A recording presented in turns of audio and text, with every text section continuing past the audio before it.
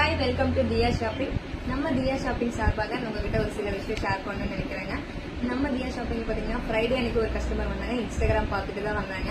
வந்துட்டு பார்த்தீங்கன்னா அவங்களுக்கு பிடிச்ச பீஸை ட்ரையல் பார்த்து அவங்களோட பீஸை எடுத்துட்டு போனாங்க. 1000 ரூபாய்க்கு பர்ச்சேஸ் பண்ணாங்க.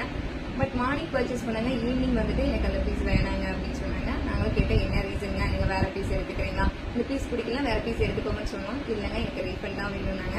இல்லைங்க, அந்த மாதிரி நம்ம ஷாப்பில் தர மாட்டேங்க, எந்த ஷாப்லையுமே தர மாட்டாங்க. ஸோ இந்த மாதிரி அந்த மாதிரி கிடைக்காது அப்படிங்கிறதையும் எக்ஸ்பிளைன் பண்ணாங்க. அப்போவும் அவங்க ஏற்றுக்கவே இல்லை.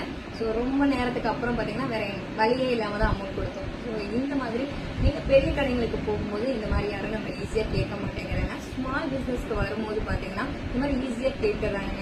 ஸோ இது வந்து எங்களோட நாங்கள் பணத்துக்காக மட்டும் ஒர்க் பண்ணுறதில்ல, இதில் எங்களோட உழைப்பு இருக்குது, எங்களோட கனவு இருக்குங்க. நாங்கள் உங்களை நம்பி தான் ஷாப் வச்சுருக்கோம்.